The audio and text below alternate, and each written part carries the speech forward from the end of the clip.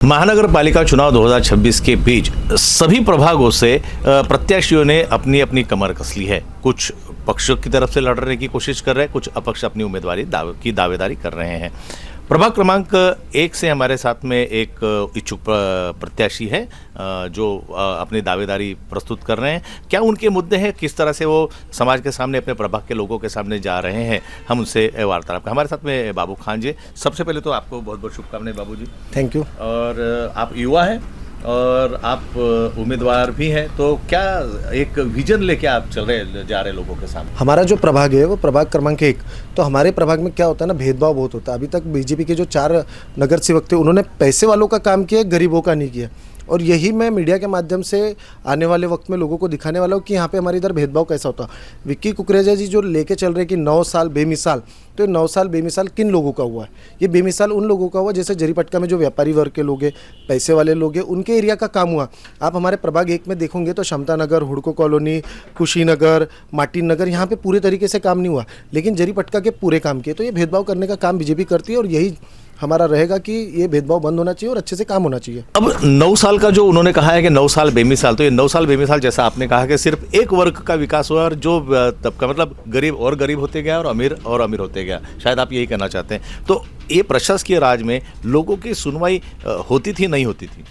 लोगों की सुनवाई उन्हीं लोगों की होती जो विक्की भैया के साथ जुड़े हुए, जरीपटका के जैसे लोग हैं ना, तो उन लोगों की सुनवाई बहुत ज़्यादा हो रही।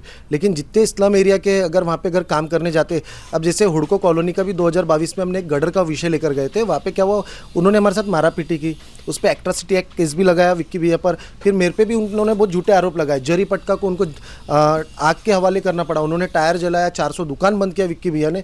क्यों बंद किया? एक सिर्फ समस्या थी, गडर की समस्या को लेकर हम आ गए थे और वहाँ पे भारतीय जनता पार्टी के लोग हमारे साथ मारापीटी करते, जातिवाद करते, अपने ऑफिस को खुद तोड़ते और हमारे ऊपर आरोप लगाते। आप एक युवा पीढ़ी का नेतृत्व कर रहे हैं, प्रभाग में भी आप काफ़ी सालों से रह रहे हैं, तो आपको क्या लगता है कि आपके प्रभाग की ऐसी कौन सी समस्या है जो उन्होंने नहीं सुलझाई और अगर आपको नेतृत्व मिलता है तो आप उसको सुलझाएंगे? विक्की भैया नितिन गडकरी साहब के मार्गदर्शन पे चलने वाले लोग हैं और उन्होंने सिर्फ रोड का विकास किया। जरीपटका में रोड अच्छे बना दिए, बहुत सारे जगह इन्होंने रोड तो बना दिए, लेकिन गडर लाइन नहीं है, ड्रेनेज लाइन नहीं है।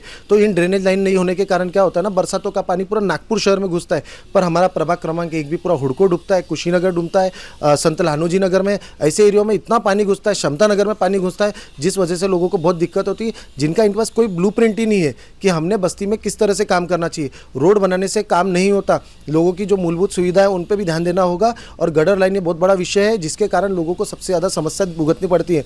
बरसात में लोगों के घर में कमर भर इतना पानी भर जाता है, उनसे जब पानी भर जाता है तो वहाँ पे वो आते ही नहीं है, वो बोलते ही नहीं है कि भैया हाँ इस पर भी काम होना चाहिए। सिर्फ जरीपटका का काम करके 9 साल का विकास से दिखा रहे और बाकी कुछ नहीं। आप इस चित्र को अगर बदलने की आपको जो मौका मिला तो आप लोगों से क्या आह्वान करेंगे?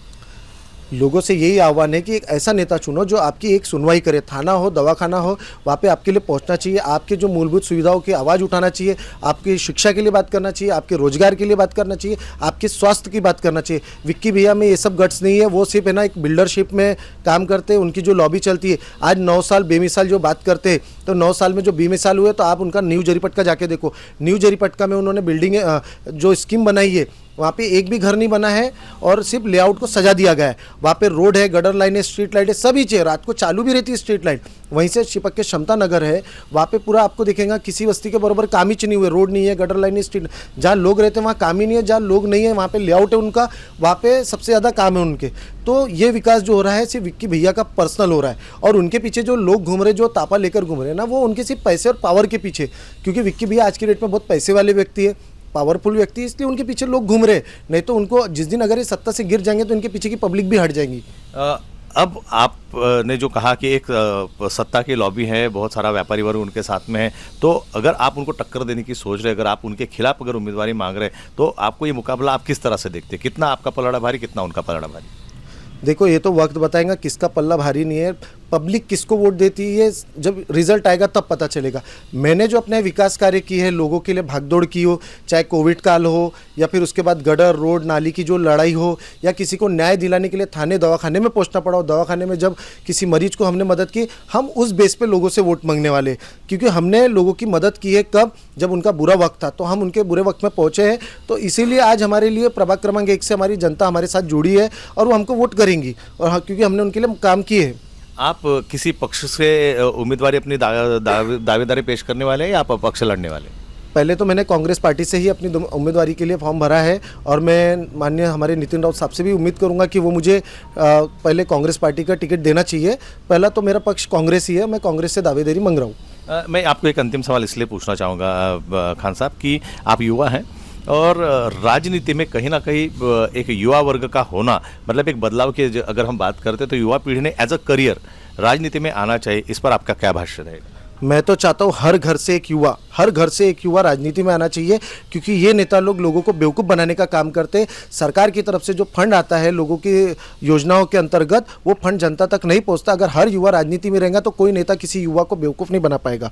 तो हर युवा अपनी आवाज़ को अपने सदन में बोलो, पार्लियामेंट में बोलो, उठाएगा तो उसको राजनीति में कदम रखना चाहिए, और यही लेकर हम मुद्दा लेकर चलने वाले कि युवाओं ने राजनीति में आओ और अपने हक के लिए लड़ो।